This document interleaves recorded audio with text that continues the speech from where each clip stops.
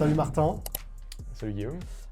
Du coup, tu es CTO de Nabla. On hoste chez Exa le premier CTO Voices. L'idée, c'est vraiment de donner la parole aux CTO, donc ce que tu es, sur un peu le chemin qu'ils ont eu en tant que CTO, c'est le chemin entrepreneurial. Nabla, pour rappeler, donc c'est une boîte aujourd'hui série C qui a levé plus de 70 millions, qui est déployée dans le monde, notamment aussi sur un marché aux US. Pas mal de choses, une jeunesse très machine learning, beaucoup d'IA. Je vais te laisser aussi présenter un petit peu Nabla, mais voilà, ravi de pouvoir échanger avec toi aujourd'hui. Nabla, c'est un assistant pour les médecins et les professionnels de santé en général, qui les aide avec tout leur administratif et notamment la rédaction des comptes rendus médicaux, qui est un peu le point de départ, mais aussi tout un tas d'autres tâches qui concernent l'alimentation du dossier patient et aussi ce qui peut se passer à la suite d'une consultation ou avant les consultations pour aider avec le suivi des patients. Donc toute tâche qu'un assistant humain pourrait faire pour un médecin, Nabla a vocation à le faire. Trop cool. Et c'était quoi un peu la genèse du projet? Ça a démarré quand Nabla? Un peu comment était l'évolution, les premiers temps, la création du projet? Ouais. Nabla, ça a démarré en 2018, à l'issue en fait, de l'expérience qu'on avait avec mon cofondateur Alex chez Facebook. À l'époque, ça s'appelait Facebook AI Research.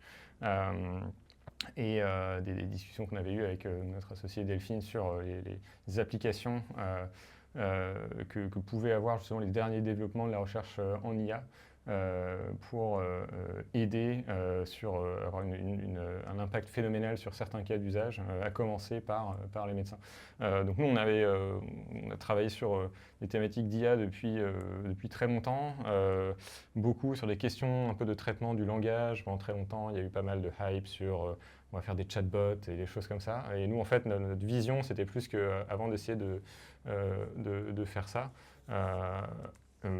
il y avait énormément de choses à faire pour aider les médecins à justement à résumer, à traiter un petit peu toutes les interactions qu'ils ont avec les patients et aussi traiter toute la complexité du dossier médical et du monde médical avec des ensembles de règles très complexes et en constante évolution.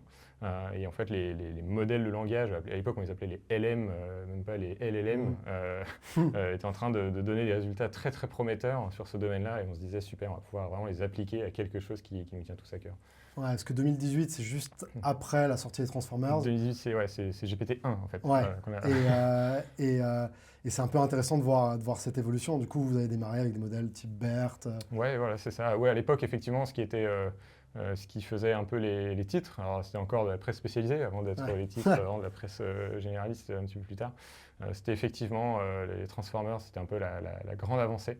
Voilà, et chez Meta avec Alex, on avait travaillé un peu sur les précurseurs encore un peu des Transformers, mais vraiment c'est des choses qu'on surveillait de très près. Alors on a fait le postulat dès le départ qu'effectivement il y a déjà il y avait à l'époque déjà des labos de recherche très grands avec beaucoup de funding, beaucoup d'équipements qui allaient continuer à faire avancer l'état de l'art très très vite. Et donc l'enjeu pour nous, ça allait être d'être capable de tester constamment, de faire énormément de veille pour vraiment voir ce qui marche pas et comment nous, on va pouvoir avoir un impact sur le thème qui nous concernait, qui était celui de la santé. Et justement, la santé, c'est un domaine qui est assez régulé. C'était pas compliqué.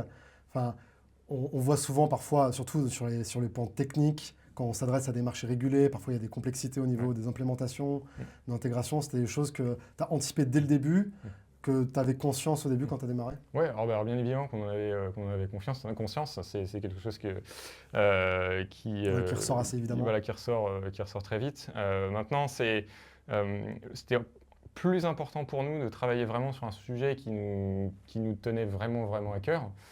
Et c'est le cas de la santé, pas juste pour nous, mais pour beaucoup de monde. La combinaison de ça avec un cas d'usage vraiment évident qui est les professionnels de santé ont un taux de burn-out énorme et ils passent énormément de temps à faire des choses qui n'ont rien à voir avec leur cœur d'expertise et l'intérêt qu'ils ont pour le métier, qui est vraiment de fournir des soins pour leurs patients.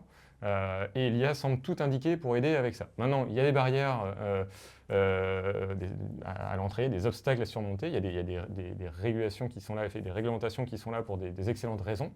Donc on va vraiment embrasser ça, apprendre, arriver avec une approche la plus humble possible pour effectivement comprendre pourquoi ces règles sont là. Et comment on fait pour innover finalement malgré ces contraintes-là. Et en fait, je pense que c'est important d'arriver dans un espace comme ça sans avoir d'a priori que parce que c'est très réglementé, rien ne va être possible. Sinon, on ne fait rien. Et généralement, quand on zoome un petit peu plus, on s'aperçoit que bah si, en fait, c'est tout à fait possible de faire quelque chose, surtout si on arrive avec un cas d'usage pour lequel il y a un gain extrêmement réel à la clé et une vraie amélioration de vie pour les professionnels de santé et in fine la qualité du soin pour les patients. Donc pour nous, c'était plus une motivation qu'autre chose, même si on savait que ça allait être énormément de travail et qu'il allait falloir plus de ressources pour pouvoir arriver sur le marché et faire évoluer le produit au fur et à mesure. Et du coup, quand vous avez démarré le projet, c'était toi qui étais en charge de toute la partie technique du démarrage. T'as très vite, enfin, du coup, ça a été long avant le premier MVP. Ça t'a pris combien de temps? Et tu étais tout seul au début, tu as très vite recruté. C'était quoi un petit peu le setup au début de la boîte? On a assez vite recruté, mais pas trop vite. On ne voulait pas faire, alors même que finalement, de par nos expériences entrepreneuriales passées, on aurait pu lever très vite, très fort, embaucher une grosse équipe. On ne voulait pas le faire trop vite ça, avant de trouver vraiment un product market fit clair. Ça peut être un peu compliqué de naviguer avec une équipe de 50 personnes si en fait il n'y a pas de chemin clair vers la rentabilité. Mais par contre, on voulait quand même construire une équipe assez rapidement justement pour pouvoir quand même construire un petit peu les bases et pouvoir explorer l'espace, itérer suffisamment rapidement. C'était assez important. Donc il y a eu une toute petite phase au début où quand même, oui bien sûr, j'étais le principal contributeur sur le développement de ce qui allait devenir le produit et certains choix techniques qui ont été faits à cette époque-là, qui sont toujours là aujourd'hui. Et voilà, il y en a certains qui sont très heureux, il y en a certains on vit avec. Enfin, c'est, je pense, la trajectoire de toute entreprise. Toute proportion gardée, je me souviens de Facebook qui continue de vivre avec PHP aujourd'hui, enfin en tout cas la variante de PHP qui a beaucoup changé depuis. Donc c'est un petit peu ça, finalement, c'est pas le choix qu'on ferait aujourd'hui, mais finalement ça finit par avoir il y a un effet papillon assez fort. Mais voilà, c'était une phase assez réduite. Finalement, la dose de contribution individuelle a progressivement, mais pas brutalement, réduit au fur et à mesure. Mais par contre, j'ai toujours considéré que c'était important, jusqu'à aujourd'hui, de garder quand même une dose même minimale, juste pour continuer à bien mesurer et se rendre compte de ce que c'est la réalité de développer le produit chez Nabla aujourd'hui, pas juste d'un point de vue organisationnel, managérial, mais juste concrètement, est-ce qu'on arrive à shipper quelque chose de manière efficace aujourd'hui. Aujourd'hui, tu contribues encore dans la code base de Nabla? Donc beaucoup plus rarement, et j'évite surtout à tout prix de me mettre sur le chemin critique, et de manière à ce que aussi surtout ça ne vienne pas du tout impacter les sujets de plus haut niveau sur lesquels je vais être naturellement beaucoup plus responsable et attendu. C'est juste une petite dose d'implication comme ça pour être sûr de ne pas être dans l'abstrait complètement. Voilà. Et ça aide beaucoup. Et effectivement, c'est un petit peu un prétexte pour justement continuer à expérimenter un petit peu avec des workflows de développement qui sont en constante transformation aujourd'hui. En fait, c'est de plus en plus important de faire ça aujourd'hui. La manière dont on code en 2025 n'est pas du tout la même la manière dont on code en 2018. Et ça, je ne peux pas me permettre d'avoir juste du feedback indirect des devs qui travailleraient sur le produit. C'est quelque chose, c'est important quand même d'en faire l'expérience aussi soi-même pour savoir de quoi on parle. En fait. Ouais, c'est sûr. Et en 7 ans, ton rôle de CTO, du coup, a beaucoup évolué. T'es passé un peu souvent, on parle un peu des différentes phases, un peu du CTO au début qui a besoin presque d'être un bidouilleur, quelqu'un qui doit shipper, aller vite sur des MVP pour tester le marché, à maintenant un manager, plutôt un chef d'orchestre. Comment tu vis un peu cette évolution du rôle?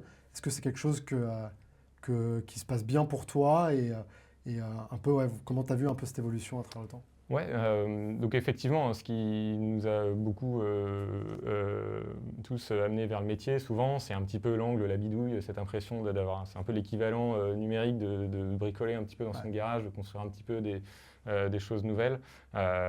Donc souvent, on est beaucoup dans l'équipe à avoir un petit peu cet ADN-là. Maintenant, effectivement, quand on crée une entreprise, il faut être prêt à ce que ça cesse d'être le cas à un moment donné. Donc évidemment, ça n'a jamais été une surprise. Mais par contre, je pense qu'on peut quand même trouver un petit peu ce plaisir de la construction de produits au niveau un petit peu supérieur. Faut accepter qu'au lieu de décrire directement le code, il y a quand même des chaînes un petit peu plus indirectes. Donc parfois, on a un petit peu un avis sur les choses et puis ça peut se passer de cette manière-là ou parfois d'une manière un petit peu différente. Il faut être aussi un petit peu confortable avec ça. Mais ce qu'on a en retour, c'est que on peut ratisser beaucoup plus large, il peut y avoir beaucoup plus de choses qui se produisent et ça, c'est aussi très gratifiant. Donc effectivement, il y a un passage un petit peu de bidouilleur vers un petit peu plus architecte et puis après un peu chef d'orchestre, si on peut utiliser un petit peu ce terme pour s'assurer qu'on utilise à bon escient les différentes personnes dans l'équipe sur les bons sujets de manière assez stratégique. Et puis quand même, il y a tout le temps des sujets qui peuvent sembler être des sujets annexes au début, qui sont la responsabilité de personnes et qui du coup de facto vont remonter jusqu'au CTO. Et donc au début, on se dit, bon, c'est pas grave, c'est un petit truc, je vais le faire, et puis on va passer à la suite. Et puis en fait, non, ça devient une boule de neige qui grossit, grossit, grossit, grossit. Donc il y a régulièrement des sujets comme ça qui peuvent apparaître. Donc chez Nabla, par exemple, ça va être, on fait du software, c'est bien, mais il faut que le software soit certifié, il faut qu'il y ait telle ou telle certification. Donc c'est typiquement quelque chose, vous n'allez pas avoir une personne dédiée en interne qui fait que ça au moment où la question se pose. Et donc, naturellement, vous allez prendre un petit peu le lead là-dessus. Et puis, par contre, au bout d'un moment, ça commence à devenir un truc assez grand. Donc, tout ce qui est certification et les 1000 questions que les clients entreprises vont pouvoir vous poser, les questions techniques et tout ça. Et puis, mais au bout d'un moment, quand ça devient trop gros, vous embauchez. Et comme vous l'avez fait vous-même et que vous avez vu à quel point c'est chronophage et c'est compliqué, ça permet aussi d'avoir une vision très claire de qui il faut embaucher, qui va résoudre ce problème et d'avoir une personne qui arrive et du jour au lendemain, c'est vraiment une bulle d'air qui permet de retrouver beaucoup plus de temps pour d'autres sujets. Donc il y a assez régulièrement des choses comme ça, c'est des sujets un peu temporaires, il faut juste être capable de bien reconnaître à temps quand est-ce que ça commence à prendre trop de temps et pour pouvoir avoir les bonnes compétences en interne. Mais à l'inverse, si on recrute trop tôt, on peut aussi recruter la mauvaise personne et qu'on part dans la mauvaise direction et ça peut être dangereux aussi. Ouais, tu trouves ça important de pouvoir tester par toi-même cette chose, là comme le fait d'avoir des certifications. Ouais, il y a plein d'autres sujets. Souvent, la gestion de l'IT aussi, c'est un truc, c'est pas très glamour. On pense et puis ça se parfois retrouve un peu. DevOps, au début, tu n'as pas quelqu'un en DevOps à temps exactement. plein, du coup, pareil, tu gères un petit peu et au bout d'un moment, tu recrutes quelqu'un. Donc, c'est sujet. Et vous êtes combien déjà dans l'équipe tech maintenant ? On est combien dans l'équipe tech ? Alors, du coup, maintenant, là, on est. Même sur l'équipe produit en général, on approche de la quarantaine. Voilà, on essaie d'avoir un ratio PM1G de 1 pour 5. Ouais, super intéressant. Et comment tu as vécu un peu l'arrivée de l'IA, l'arrivée des LLM, que ce soit au sein du produit Nabla, vu que vous étiez là avant, et aussi au sein des équipes tech, un peu, tu vois, les Claude Code, Cursor, un peu l'évolution, parce qu'il y a eu quand même une... Je vais bien le souligner, parce qu'il y a vraiment eu deux dimensions pour Nabla. Il y a qu'est-ce que ça signifie pour le produit et qu'est-ce que ça signifie aussi pour notre manière à nous de construire le produit. Et donc, ça change beaucoup de choses et ça nécessite effectivement de structurer son équipe de manière à être capable de remettre en cause un peu les workflows de dev déjà établis et avoir une volonté de les revisiter assez fréquemment. C'est vrai qu'aujourd'hui, alors ça nécessite de faire beaucoup plus de veille. Aujourd'hui, alors même qu'on est focalisé vraiment sur le produit et le fait d'avoir des nouveaux clients, de se développer sur de nouveaux marchés, etc. Mais quand même, si on est trop focalisé là-dessus pendant un an et qu'on ne regarde pas ce qui se passe à l'extérieur, on loupe des choses comme Claude Code par exemple, qui peuvent permettre de diviser par deux facilement le temps sur certaines tâches parfois. Donc on essaie de faire en sorte que toutes les personnes dans l'équipe aient un mindset de se dire ok, il y a un nouvel outil qui arrive, chouette, je vais pouvoir l'essayer, voir si ça marche pas, sans être trop niais par rapport à ça non plus, et se dire super, ça va résoudre absolument tous mes problèmes, mais au moins les tester en fait, et les tester de bonne foi pour dire j'ai envie que ça marche. Et puis parfois on s'aperçoit que ça marche pas, mais parfois ça marche très bien. Et ce mindset, c'est dès l'embauche, déjà, on essaie un petit peu de sentir, nous on a toujours embauché des gens, que ce soit sur les questions d'outils d'IA ou quoi que ce soit d'autre, on a envie d'avoir des personnes qui aiment découvrir des nouvelles choses finalement, qui aiment avoir envie de découvrir un petit peu des nouvelles technos ou des nouvelles problématiques produits si besoin. Et quand on a un petit peu cette volonté-là, généralement, ça s'applique aussi à la manière de travailler, souvent de manière assez naturelle. Et c'est vrai que encore, nous, on privilégie vraiment ça par rapport à une expertise, par exemple sur une technologie en particulier. Ce sera toujours moins important, ça, pour nous, que la capacité à apprendre des choses assez rapidement. Et voilà, on a des très bons exemples de ça dans l'équipe, de personnes qui ont beaucoup changé, soit leur manière de travailler, soit le sujet sur lesquels elles travaillent. Le plus important pour nous, c'est que les gens soient là vraiment pour la mission et faire en sorte que ça fonctionne, avant d'être là pour une manière de travailler particulière. Et tu arrives à mesurer l'impact, justement. Est-ce que tu disais, certaines features allaient 2 fois plus vite. Est-ce qu'au global, tu arrives à sentir l'impact, justement, dans le développement? C'est un des aspects sur lesquels je pense qu'on n'a pas encore l'échelle pour être parfaitement quantitatif là-dessus, parce que quand on a une feature qu'on arrive à faire, on pense 2 fois plus rapidement, on ne va pas la refaire lentement juste pour voir combien de temps ça aurait pris. Mais je pense que là où on peut quand même avoir une vérification d'honnêteté intellectuelle, c'est que parfois on va comparer plusieurs options et on va bien voir celle qui a l'air de marcher, différents types de modèles par exemple, pour être capable de bien mesurer. Je préfère par exemple ce modèle-là plutôt que ce modèle-là. C'est-à-dire dans l'absolu, je ne sais pas combien de temps ça m'économise, mais je sens bien que je vais quand même beaucoup moins souvent dans des mauvaises directions. Avec GPT-5 par rapport à GPT-4 ou avec Claude Code par rapport à Codex ou je ne sais quoi. Et donc ça, quand même, ça permet de s'assurer qu'on compare différentes choses qui sont comparables. Ouais. Et du coup, d'un point de vue, donc ça c'est vraiment sur les techs, d'un point de vue sur le produit Nabla en lui-même, est-ce que vous avez encore votre legacy ML qui est existant dans Nabla? En fait, j'ai rencontré 2 types de boîtes qui faisaient du ML avant. Il y en a qui se sont rendus compte que presque on pouvait tout jeter et parser sur des LLM. Et il y en a qui justement ont tiré énormément force de ce passif machine learning pour vraiment compiler les deux et combler aussi parfois, parce que les LLM, c'est pas non plus silver bullet. Il y a des moments où en fait ça marche moins bien et où en fait... Donc on a un cœur d'équipe machine learning qui comprend ce que c'est le machine learning sans LLM. C'est-à-dire qu'effectivement, ce n'est pas un silver bullet, mais il y a des fois où il peut y avoir des problèmes qui sont plus simplement résolus sans LLM qu'avec un LLM, et c'est important d'en être conscient. Maintenant, c'est vrai que le LLM a quand même mangé énormément de cas d'usage plus traditionnels de l'IA. Et après, nous, on a construit même des boîtes précédemment, à l'époque où il n'y avait pas du tout de LLM. Donc effectivement, on voit très bien ce que ça représente.